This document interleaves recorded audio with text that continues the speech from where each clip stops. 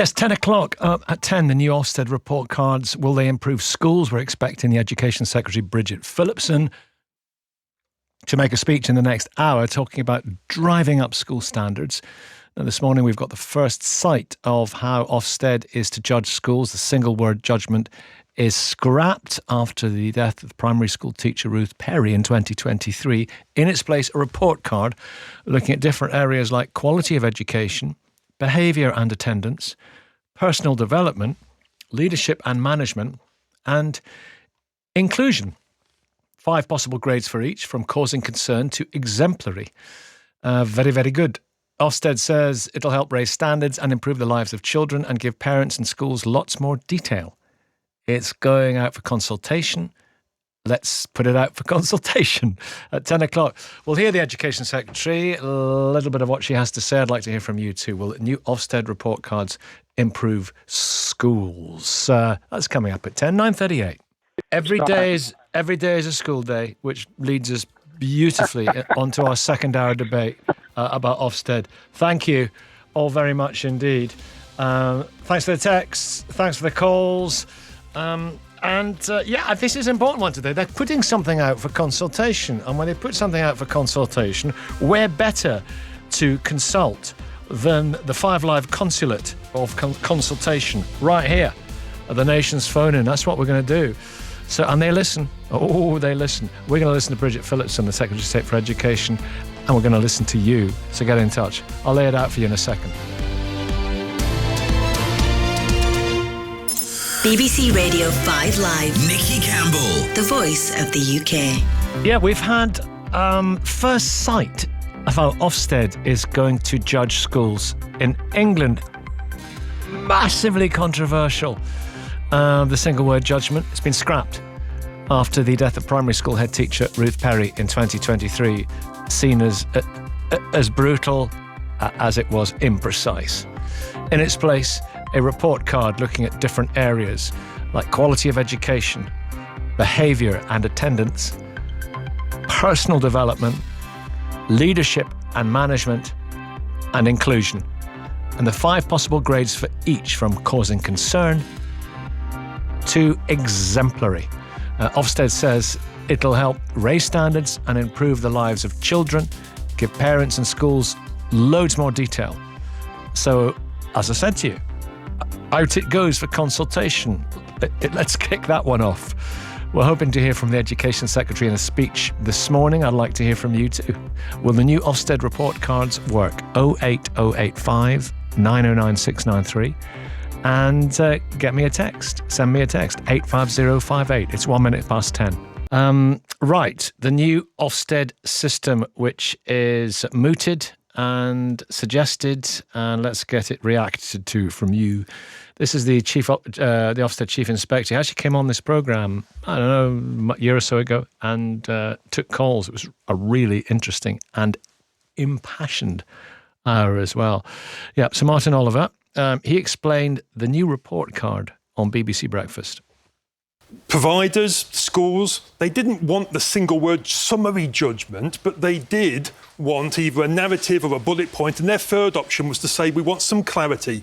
But when we spoke to parents, overwhelmingly, more than 3/4 of parents said, we agree, we don't want the single word judgment, but we do want clarity of how well a school provides. Parents, I think, are used to seeing a child's report card which describes many things, areas of strengths and areas where they might need to improve.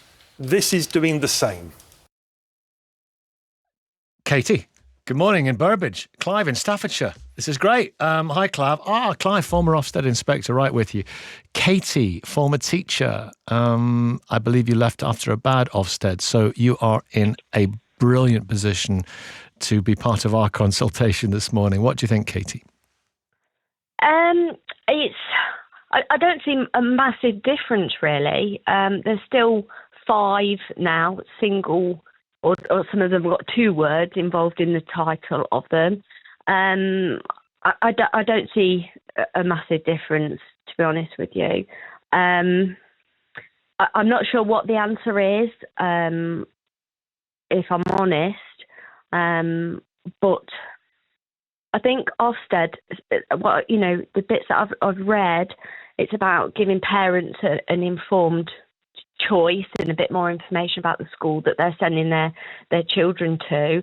If they inspect a school and they are giving them numerous, attention needed and causing concerns, for example, the parents can't really do an awful lot about that anyway. They're quite often, that's the only school that they can send their child to because it's the closest one to where they live. It isn't physically possible to get them to another, school in the area. It doesn't. It's a lot of jargon. I think an awful lot of Ofsted. It's based on a very short inspection period as well. My understanding is still that, inspections take place over just a couple of days. It's a very small snapshot of what is happening in that school at that particular time. And how do you judge personal development and behaviour and attendance and leadership and management over such a small window of time? I'm thinking out loud here. I just don't think it's possible. I think it's very typical of our school system as a whole, though, which I believe is broken.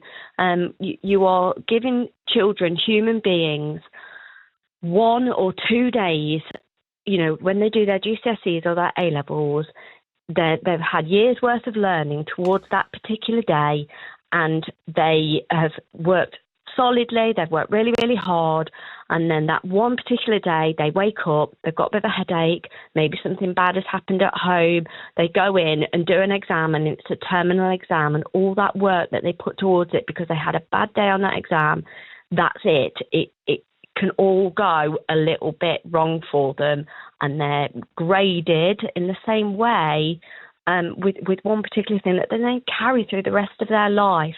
And it just isn't fair. I think the system needs to be far more summative over longer periods of time, far more investment in vocational and not just purely academic. And I think this Ofsted thing is still going down the same line.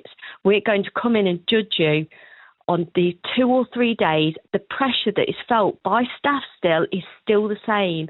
They could still have a really bad couple of days feeling the pressure, and it is not a true representation of what that teacher is doing day in and day out. It's exactly the same thing. Well, some would say no bad thing. Some would say absolutely on the money there, Katie. I wonder what Christine says. Clive, I'll be with you, but Christine, you'll understand why I'm going to her now. Not real name. New head teacher of a primary school, driving to work, has pulled over for us. Or when you were driving to work, you heard about all this. I don't know if you're driving to work at the moment. That's another issue. You're at work now, right. But when you were driving to work, you heard about this. Quality of education, behaviour and attendance, personal development, leadership and management, inclusion, and all the various judgments on all of the above. You weren't happy. You're not happy. No, I'm not happy. No, I think Ofsted were asked to sort of create a system of inspection that reduced the pressure on the school system, and they haven't done that. And we all want school improvement. We all want to ensure our children's education is effective and safe. But I just think this new report card will not do that. The 8 to 11 areas of judgment with a 5-point scale is more brutal. And like the lady was saying before, the pressure and the intensity of a looming inspection is absolutely immense. It takes over your life. And I would like to see an organisation that works with us as well, that say, they come in and they say, well, you're doing this well, but if I was you, we would do this. I mean, I do like the fact that they've done the safeguarding one is met or not met, and that the fact that deep dives are scrapped. I like that at the moment. Whether that's judgment, the met or not met, I mean, we're still judging there. If that could be employed across the board, that would be better. But there's a chronic retention and recruitment crisis. 50% of student cohorts leave, in the first year, and I think it's 25%. So a university, one of our tutors told me, 50% the first year, 25% the next year. So that does say something. So whether it's directly or indirectly linked, Ofsted is often the reason, on the pressure of the job, is often the reason why people are leaving in droves. It's out of date. It's a toxic organisation that needs to go. How would you prepare for personal development for the children? Mm. How would I prepare? Well, we don't prepare. That's ingrained. That's Exactly. Ingrained in our curriculum. That's my point. So we don't prepare for that. Right. So Ofsted, yes, leadership that's and not management. Leadership. Exactly. It's the point I'm just exploring here. Leadership and management. You can't prepare for that, can you? Oh no. I mean, like the lady. Inclusion. When I spoke, No, this is something that is ingrained. That's your ethos. That's your vision. Right. That's your curriculum. That's your whole school life is built every day. We're built around inclusion, personal development, Behaviour and attendance. Behaviour, attendance. It's something we all work towards. Right. So what it's not are you something preparing I could for? change overnight. What are you preparing for? Quality of education. No. What we're preparing for is evidence for Ofsted. That's what we have to prepare for. I have to build up evidence. That's what I spend my time doing. I'm making sure I'm recording everything. I've got evidence on the computer. I can go, right, here you are, because that's what they'll want to prove that the quality of education is good, to prove that your curriculum is good. We've got evidence. Yeah. So that's what I make sure I'm doing. Kate. Yeah. I could hear you in the background. Let's hear you in the foreground. It's just agreeing that it's you're preparing these young people to go out into the world of work. There is no job that they're going to go to where on one day they're going to have their boss say to them, right, I'm going to give you an appraisal today, and it's based on purely on today's work. And if you don't, fulfill your duties today or whatever it is that they're doing, you're going to be labelled for the rest of your time that's here. Everybody, in the modern work world, you are judged constantly. Don't get me wrong, you're not just left to it in the main and get on with things, but your boss takes an approach of looking at various different areas, which is absolutely essential to get a rounded knowledge, but then they will give them pointers. These areas need improvement, but they'll help a lot more as well in what do we need to do to support you in getting these things better. My experience, and it was a long time ago with Ofsted, was very much you had a bad day. It didn't represent your teaching in any way, shape or form. The school dismissed it. They were just like, you had a bad day, forget about it. And I couldn't.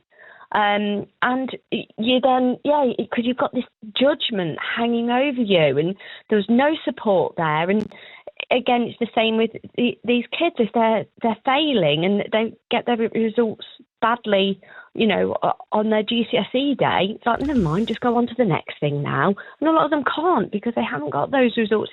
It's all the same thing. It's too short a period. There's not enough support there. It's not a constant evolving. Let's work together to build the best things for these. You don't get a standard issue child that, at the moment, the government seems to think that they go in and they're measured. They're measured from the day they go in and they're measured on the day that they leave, and it's how much progress they've made in between and all this other jargon in between. And there's just so little there to help them when things go a bit wrong or they're having a bad day, and the ups and downs, it's too short a period. This whole 5-step thing is just not different enough from what was already there. Christine, what would you say to, and I mean, Clive, join us in a second. This is a great focus group. And Tim, who's in Cyprus, was a teacher in the UK and also internationally. But Christine, morning, everyone. It's a good thing to have evidence, right? So how do people know that kids are doing okay without the evidence? Christine, a question being asked by some of our listeners. How do Ofsted know? Yeah. No, How do I- basically, yeah. How do you, present to the wider world the qualities of the school via Ofsted? Well, I think we do that we're doing that every day. Obviously in their books. So Ofsted will come in, they'll look at their books. Ofsted will come in and look at, safeguarding reports. And they'll come in and look at, obviously the behaviour and, what we're providing, the extracurricular activities. So that everything we do every day is evidence as well. But I think when Ofsted come in, it's that intensity of what they need over 2 days. Mm-hmm. So it's their high expectations of what they want to see and what we have to provide over those 2 days for their judgments. So it would be nicer if they would come in, say, right, we're going to come in. So autumn 1, I know that somebody, like we have school improvement partners, they come in, so we're going to come in, say in December, October to December, we're going to expect them, and they talk with me, work with me, and say, what are you doing for your, still say, let's look at the curriculum, what are you doing? We have this all the time. We're in a trust. I have people coming in all the time asking me, what are you doing for this? They're observing lessons, or I think we could do this better, or have you tried that? That's what I want to see from Ofsted, that they're working with us. It's the grading at the moment. We've got the goods, the outstanding, and the requires improvement. I think that's the pressure, especially we're in a small school, so we're spinning, we lead at primary 3 or 4 subjects each. So we can't do it at that level. A text here, and Clive, you can respond to this, and sorry to delay your entry, but it's an interesting one here. Clive, as a former Ofsted inspector, what do you say to this text?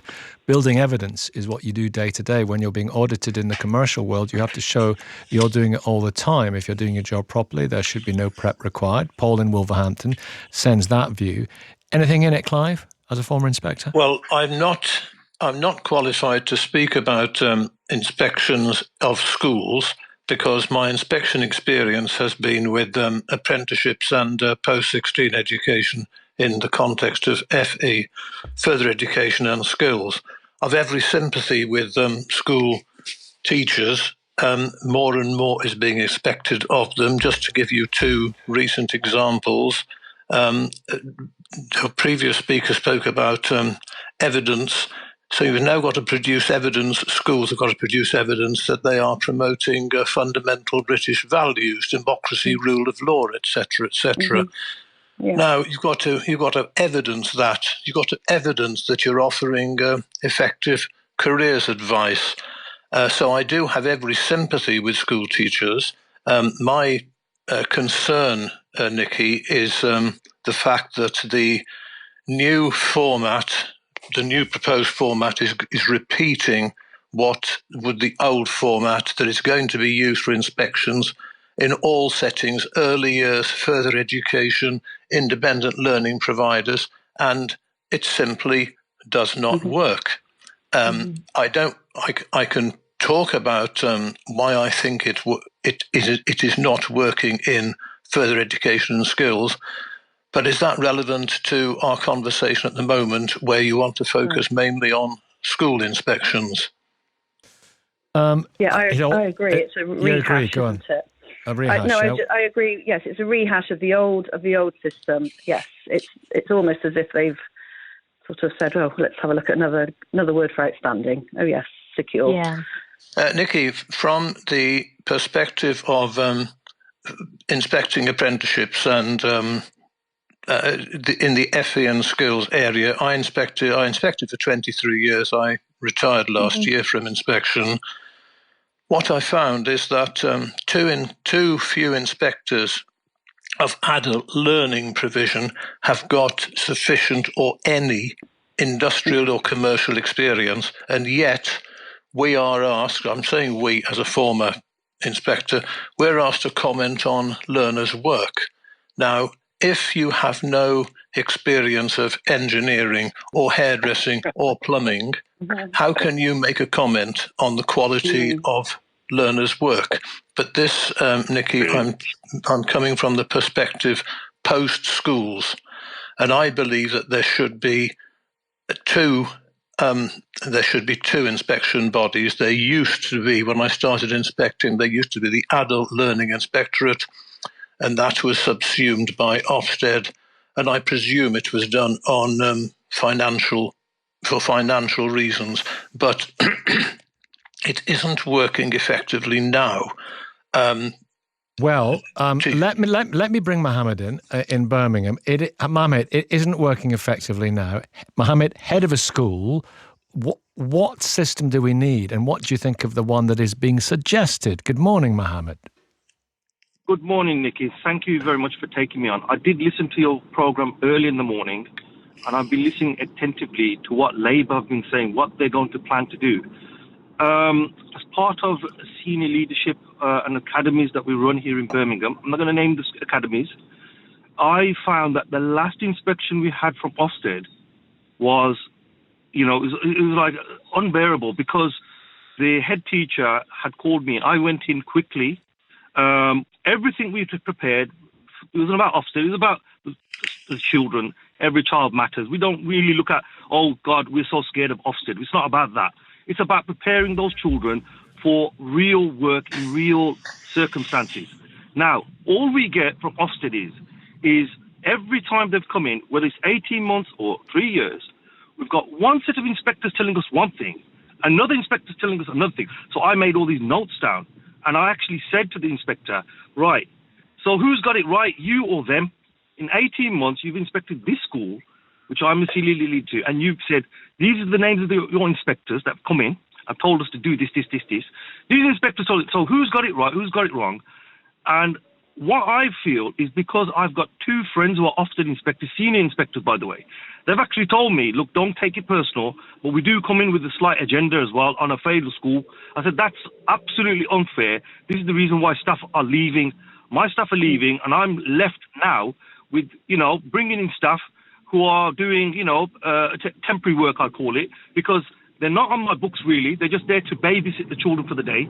That's the way I look at it. I can't get permanent staff because the fact of the matter is the inspector reports come out, put us down, our standards has gone down to satisfactory to good, then it goes back to satisfactory, then it needs this, that change. It's like an ongoing chain of, narratives from Ofsted that they don't really, they claim to help us. They actually claim, but they're not. They're making things a lot worse, right? If they really wanted to help us, what they should have done, and this is something they should take note of, do a proper, not just inspection, training of our staff. You come in, you tell us exactly what you want. We'll get our staff trained up by you. No, what they tend to do is come in unannounced within the day. Right, we come in, we want to see this. Okay, we show it to them, we show the evidence. Still, they're not satisfied. I mean, so what are we supposed to do then? And then they start saying, well, you've got staff shortages. What do you think we've got staff shortages for? Because this environment you've created an environment where you haven't given them one job as a maths teacher. He's a social worker. Now he's doing other extra duties and getting underpaid badly for it. This is the problem with this government. They don't want to address it. They just want to make us do extra work, right? And then they want to complain by bringing in these Ofsted inspectors. Yes, they tell you they've done 30 years, and they expect us to be an inner city school to change the inner city heart when most of these children are premium plus children and their parents are struggling. We're giving them from our own monies, our own pockets, food on the plate, extra clothing. They don't look at any of that. They don't care about any of that. All they think is, why is this school changing? Well, how are you supposed to change a situation when we've got rat problem on our roofs now? We didn't create that problem, did we? It's a 70-year-old school with a concrete issue. We have to find that money now, don't we? That money was supposed to be going on our children. Can't go on. I'm sorry, it sounds like I'm ranting. I'm sure, Nikki, if you have all the heads and deputy heads of school, let us, if every time our teachers matter, let us have, our say, because we don't have a say. Well, because we're the adult, that's why. But, you carry on like this, Nikki, the staff are going to just move on. They're not going to become teachers anymore. They're going to go into working in anywhere other than teaching, when they're really damn good at teaching, but they find all this extra work unbearable, unbelievable. It's someone who's just got bureaucracy, and they haven't got any care at all when it comes to about the staff who are actually melting under the pressure. It is a melting pot. Believe me, Nikki. Try doing it for 6 months. Try even doing it for 5 days. Well, you see. Okay, listen to Tim. Listen to Tim, Yeah. Mohammed. Everybody, Tim, Yeah, you think there's merit in it, Tim? Speak to Mohammed. No, sorry, you've misunderstood. I don't think there's merit in what Ofsted have always done and are trying to do. I totally agree with Mohammed. I'd like to congratulate you on a brilliant programme for bringing out all of the different points from some very educated and wise people. No. Indeed, it's great, and it wasn't so brilliant when I completely misinterpreted your opinion. But then, I just okay. my Ofsted listen, report has just slipped down because of that. So yeah, what about Mohammed's point? Okay, Mohammed's got a brilliant point. Your question originally to Mohammed was what would be better. I've been a teacher since 1975, so we're on 50 years now. In that time, I started off as a classroom assistant. I worked in Birmingham special ed for 10 years. I worked for the military for 14 years in Germany and Cyprus. Then I worked in 10 other countries at international schools using British curriculum on 3 continents. So in that time, I've had HMI inspections, Ofsted inspections, and something from the European Council of International School Inspections. And the latter one, was the best. And it was it is a totally different concept. It envisions trust. And it begins with a set of standards and questions across everything that happens in school life. And schools have to form committees and answer these questions and basically evaluate themselves very honestly in terms of whether they're exceeding the standards that are laid down or described, meeting them, or working towards them. And, you spend some time doing this, and then you send off your own evaluation of yourself. And then when inspectors come in, it's not, suddenly they turn up. You know when they're coming. Sometimes they send 2 or 3 inspectors for a couple of weeks before. And then 13 or 14 inspectors will descend on you. And they'll be descending on you to talk and look through how you've evaluated yourself and whether or not they agree. And it's absolutely brilliant because a school really does look at itself. There's really a sense of trust and partnership built up with the people who are coming in to sort of evaluate your own evaluation of you and what you propose to do about you and why you are where you are. It was such a refreshing experience. It's about 15 years ago now, but it was such a refreshing experience. I was at the International School of Tokyo, and it was such a refreshing experience to see that way of inspection that I can't for the life of me think why Ofsted have just kind of watered down and as your previous speaker said, changed some of the adjectives without changing any of the principles behind the way they just come in and look for trouble. Christine, what do you think of that? Mohammed in a second. Christine.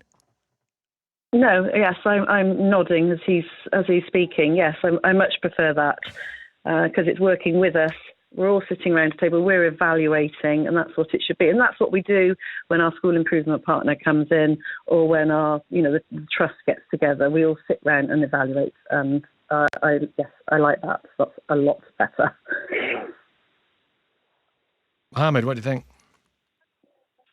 Yeah, I agree to the point, but what I'm trying to say is, when you've got a lot of these schools being downgraded from outstanding to good and good to satisfactory, one of the things I would just say, look, why can't Ofsted just put their hands up and say, okay, what we will do is actually tell you now, we'll do a training for you.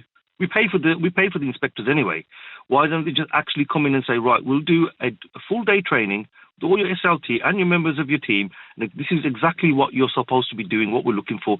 In that 1 day or 2 day inspections, they're just looking for evidence. You give them the evidence, but even then, I'm sorry, you can show all the evidence in the world sometimes. They're not satisfied.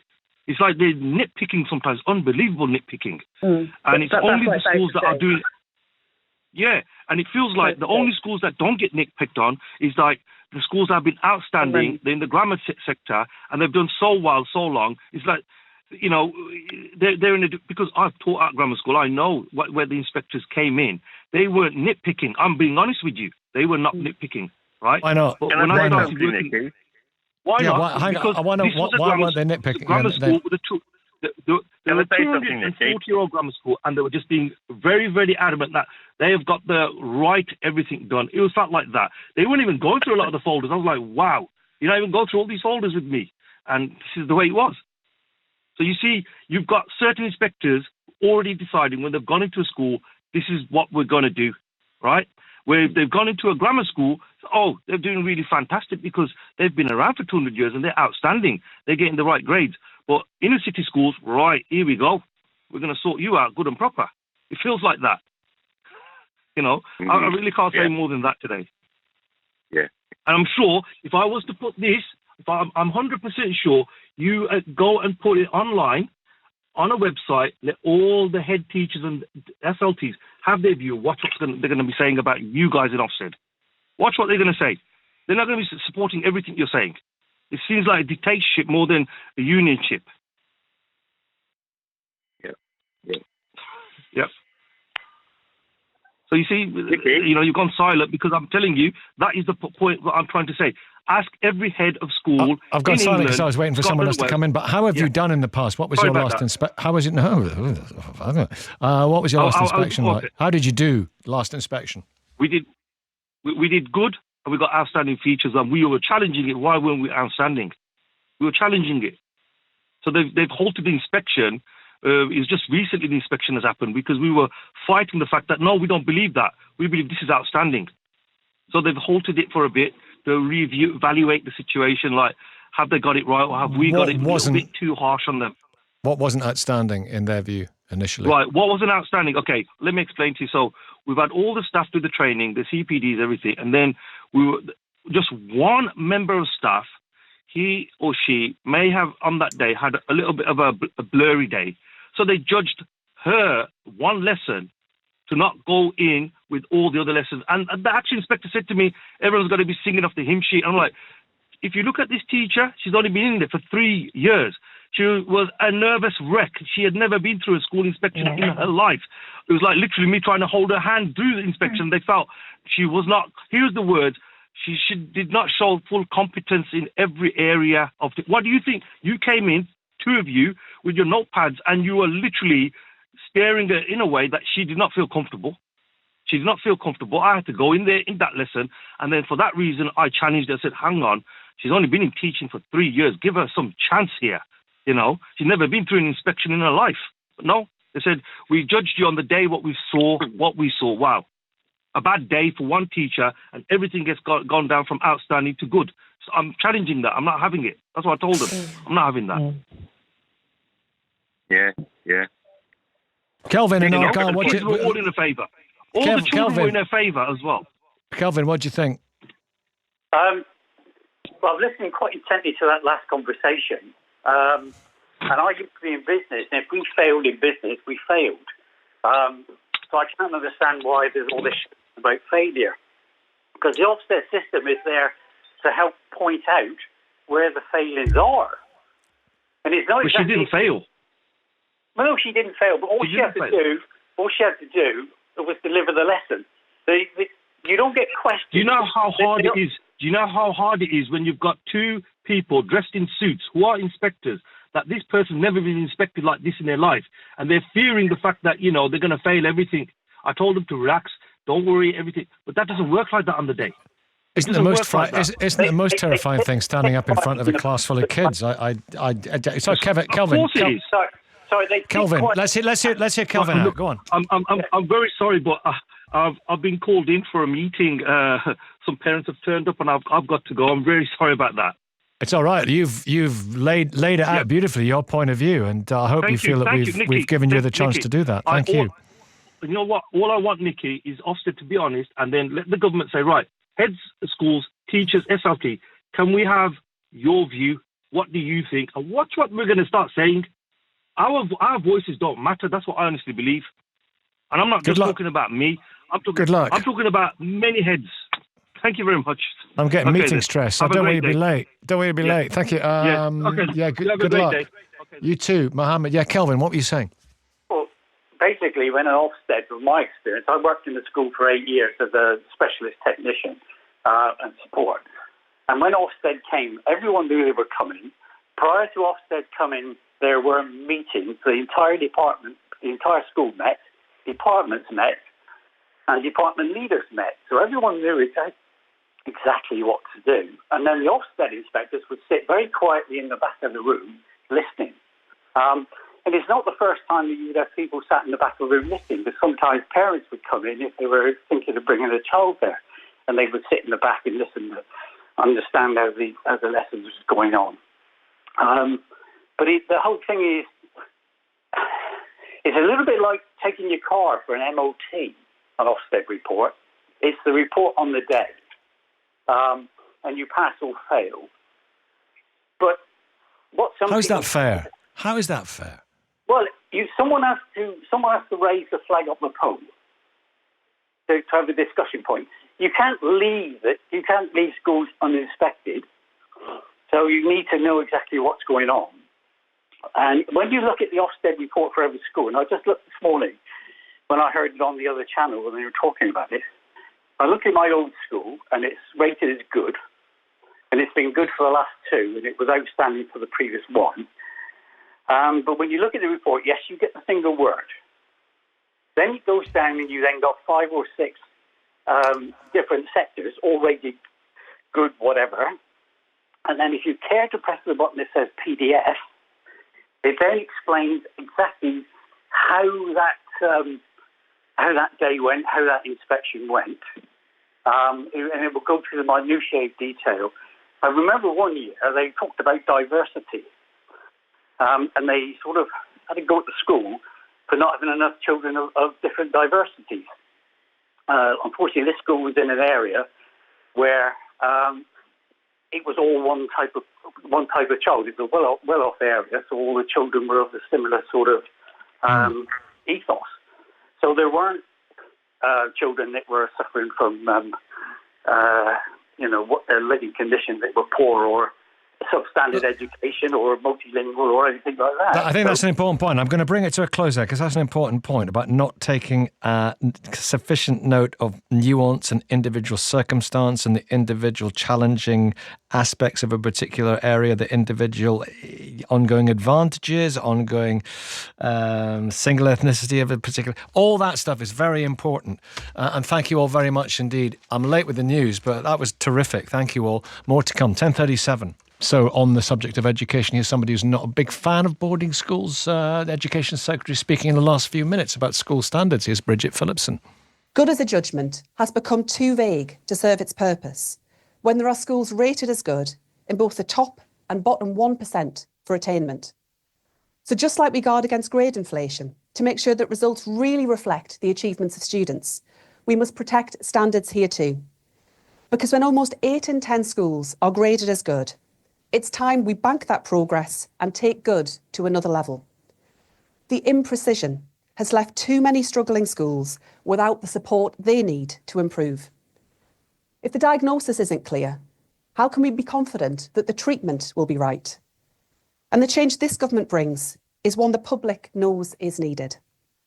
Only 13% of those asked by Ofsted think the notion that 90% of our schools are good or outstanding is truly reflective of the overall quality of schools. We need a more diagnostic approach, an approach that is restless and rigorous. Our proposals will swap single headline grades for the rich, granular insight of school report cards, raising the bar on what we expect from schools, shining a light on the areas that matter, each given their own grade, identifying excellence and rooting out performance that falls short of expectations, so that parents have clearer, better information about their local schools. And that extra information will underpin changes in how we tackle poor performance. The worst performing schools, whether local authority maintained or academies, will be moved to a strong trust. That means new leadership brought in to boost the life chances of pupils. Children only get one chance.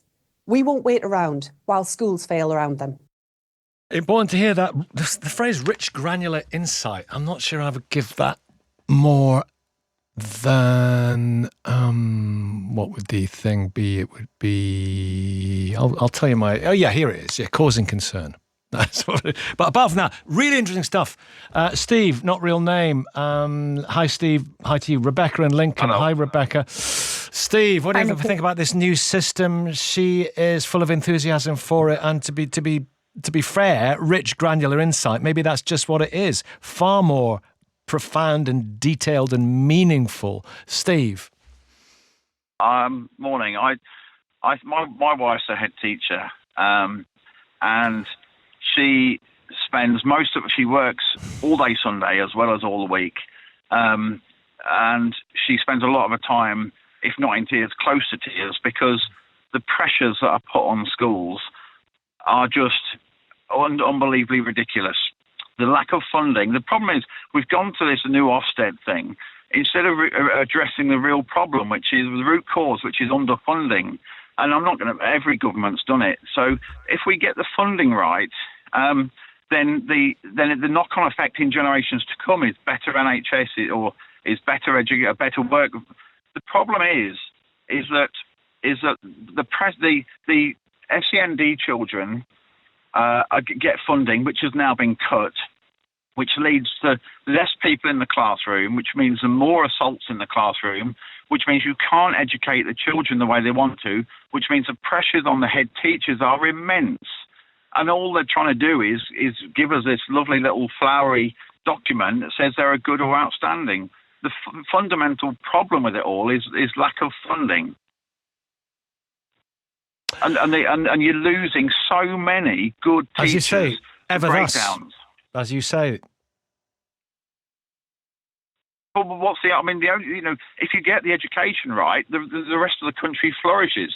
Mm-hmm. Oh, for sure. Education. But we're losing so many good. My wife's a teacher of 20 plus years, and she's honestly broken. Rebecca, that's shocking. Right. But Rebecca, that's shocking. In tears, broken. The pressure she's under, Rebecca. Absolutely. I mean, I'm not going to profess to say I've got all the answers, if any of the answers, but schools have got to be assessed in one way, shape or form. Now, I'm not saying absolutely a one-word assessment of a school isn't the right way forward, but we also need to be serious that I personally think a very low percentage of parents would sit and read a 20, 30, 40, 50-page document report on a school, so a long Ofsted report. So there's got to be a middle ground somewhere. Now, again, I'm not saying this is the answer, but something that gives a little more information, a little more detail, rather than one word, has got to be a move in the right direction. I loved the comment of the guest you had on earlier, who had been around the world and worked in a more collaborative way. That sounds fantastic. And then it's not one visit, one absolute nightmare of a few days. But there does have to be, ultimately parents do make a decision on a school based along a lot of information, but they will take that information and say, oh, yeah, the school is outstanding, or they're good, but you need something more than just the one word. And all businesses are assessed in one way, shape or form. All businesses have to keep records. I work in food service industry. We have to keep, without going into lots of boring details, temperature records every day, twice a day of fridges. And these are things that we have to do continually. So surely there are things, and I appreciate the workload is great. I'm not knocking teachers at all, but surely you need to build evidence, keep evidence. If teachers know, I appreciate, I have friends who's teachers, they have exceptionally long days, as do many of us in many walks of life and business. But if they know these are the core elements that you have to submit evidence for, then on a weekly basis or a daily basis, that's a piece of evidence that could go towards that. So when you have the announcement of an Ofsted investigation, it's not scrambling for evidence over the last 9 months, a year, however long ago the last Ofsted. But also, rambling on slightly, but also with regards to Ofsted, that needs to be more collaborative. They cannot go in looking to point a finger, I'm not taking one side or the other here. They can't come in saying, you've done it, we don't want this, we don't want that. It's got to go in. I remember a little while ago talking to quite an elderly lady who used to be an Ofsted inspector many, many years ago. And she said, you went in and you worked and you collaborated with the school, you talked to them, you got involved. Whereas now her personal opinion was, and I don't know, I'm not a parent, I'm a step parent, but I'm not a parent myself. Now Ofsted go in and it's very go. So Martin Oliver, who is the chief inspector on this, on this programme and elsewhere, said that they have really changed the ethos and they're working on changing that ethos. Okay. Yeah, Steve, come back. Can I just jump? It's offensive to say they're scrambling. They get the phone call and they're scrambling around to get the documents. The documents are all there, which again is another person's job, which isn't on the teaching. The problem is that the lady from Boston, the teacher the other day last week, said it's all flowery, and it's not all flowery. And when Ofsted come in, you can be punished on one single thing, and the whole thing's gone. Now, what happens in our area is the good schools, and I'm going the outstanding schools keep outstanding by not taking the SEND children, by having a very, very good intake, they're very selective intake, which then means all the SEND children go to other schools. There's no way they can be outstanding because they've got all the issues. So Ofsted is actually creating a problem by having this measuring system, because, as I say, in our area, there's one school, brilliant, it's a well-paved school, no problems, outstanding, because they don't take any SEND children. Okay. That's all because of Ofsted. But would then, and I don't, this is not me saying this is the answer, but then would not the theory that if somewhere is struggling, if, for example, they do have a lot of SEND children, if they do need help, would that then not make more sense to bring them into an academy where they can get more help, where they can get more support? No. Is that, I mean, I don't know. No, I tell you for no. If they don't have the support, I'll tell you for why. Bring support to them. I'll tell you for why it won't work, because the local council, county council in my area, want all the primary schools to become academies. The reason they want them to become academies is because then they don't have to do any health and safety. They don't have to do any of the reporting and any of the support, any of the SEND support. Well, they're trying to bring academies back in line. That's the new education. Yes, but what's happening is the county councils are broke, have got no money. So what they want, if they go to an academy, then the local county council doesn't have to do that work. So therefore, they can wash their hands of it. But then, if they're not doing the work, but an academy who has that ability and resource and fund to do that work, would that not then be more positive? Because, as you say, if a council or county council are wiping their hands, but there is another structure, but where's the resource coming from? Help them. Where's that resource coming from? I don't know. I can tell you. There is no. I'll tell you what's happening.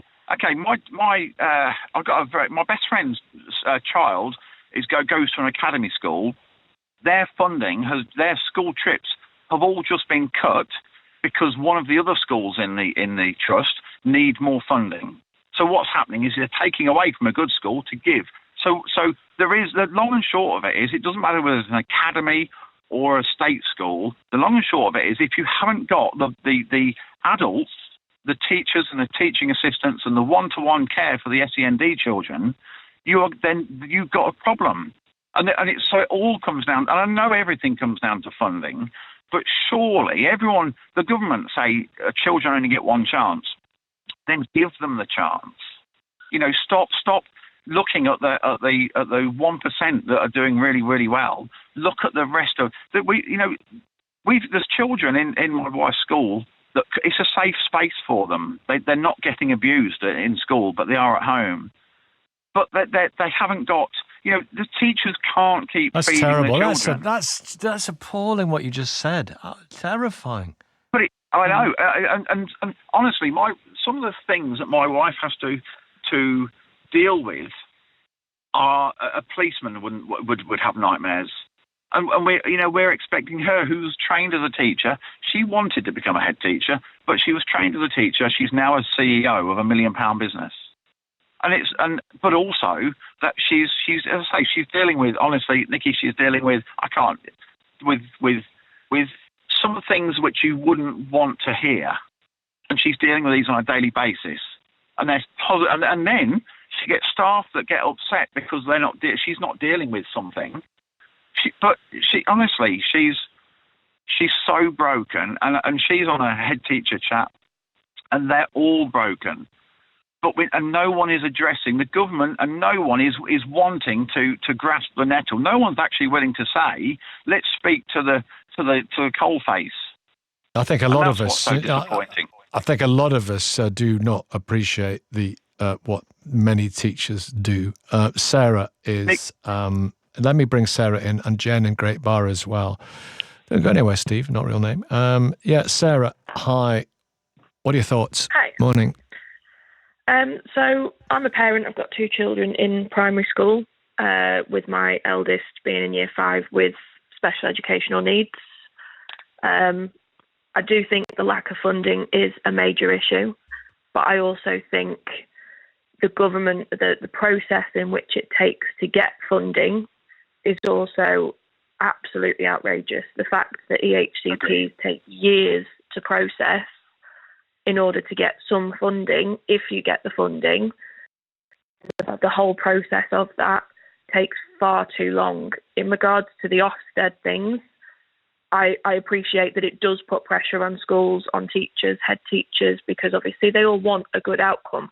That's their report card, shall we say, to how their school's doing. If that comes back bad, are they going to get it all in the neck from parents, from staff members, things like that? So I get that it's stressful, but having one word as a parent isn't sufficient. I think, like they do in school, my kids come home with report cards every so often where it'll mark them in different grades, what their attitude's like, how they've done in maths, how they've done in geography. And it's just a 1 to 5, 5 being really good, 1 being inadequate, 3 being average. Something like that, that's simple. It can be on one page, but it gives a better insight of the school in all, would be far better as a parent for me to assess the school and things like that. But again, if it was a 50-page document, I'm a working mum. I don't have time to read through that. And with the greatest respect, my kids are in school. The chances of me changing their school because they have a bad Ofsted is unlikely, unless there was a major issue with my children personally. So a 50-page document isn't going to help anybody. There are some parents that might want to understand better, but I think on the whole, I don't think that's the case. Most parents just want to have a better understanding of the school, not an in-depth, detailed sort of document. Another voice on the radio, Jen in Great Bar. What do you think, Jen, about what you're hearing? Hi, Nikki. Well, a couple of things. I think the rehash of sort of the criteria is just kind of just new words, basically. Looking at the different descriptors, they're still measuring the same things, exemplary all the way down to cause for concern. But I think with the whole conversation, I think Ofsted and the government need to go back to and really kind of reimagine what the culture behind the whole Ofsted inspection is. Because a lot of the contributors today and the sort of experienced educationalists have commented about it being punitive, it stresses out the staff, it puts a bit of a stamp on the school if they get an outstanding or like a requires an improvement. But I just think that it's down to the government and Ofsted to actually work with the different school providers to change the culture of what an inspection is.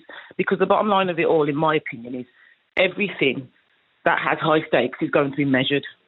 So in terms of children's education and the outcomes for children, it's going to be measured. It needs to be measured. We need to have a certain level of quality control, if you like. But it's about the culture around it. So the head teacher from Birmingham who spoke, I think his name was Mohammed, he was quite impassioned and he made some really valuable points about the member of staff who had been teaching for 3 years and it was her first inspection. And again, there's opportunities to change the culture in the way they do things. I still think a partnership approach, a longitudinal partnership approach with every school, with academics or, experienced educationalists, working with them over a period of time to demonstrate progress. I've worked in further education and managed various different subject departments going through Ofsted inspections. And we always have to build up this huge case of evidence. and then we have to almost persuade the inspectors that this evidence is true and this is what we do. But actually, they should be working with us from the off, from the first point over the 12 months, so they can see how the evidence is generated. So actually, the evidence is real, because you can generate evidence, and yet the evidence doesn't tell the true picture. So I just think that it needs to be less punitive with this 4 yearly visit and one outcome, and more of a developmental and supportive and progressive thing. Also, I think that the nuance needs to be considered, because a school in inner city or sort of, a deprived area, let's say in East London somewhere, and a school in Kent are going to have a very different demographic. So to be measured exactly in the exact same way against the descriptors in the exact same way is problematic. And then what that does is it creates a self-fulfilling prophecy for the poor school and for the school that's outstanding. So I think that every school needs to be treated within its own right based upon its demographic, and it needs a set of partners who work with that school over a longer period of time.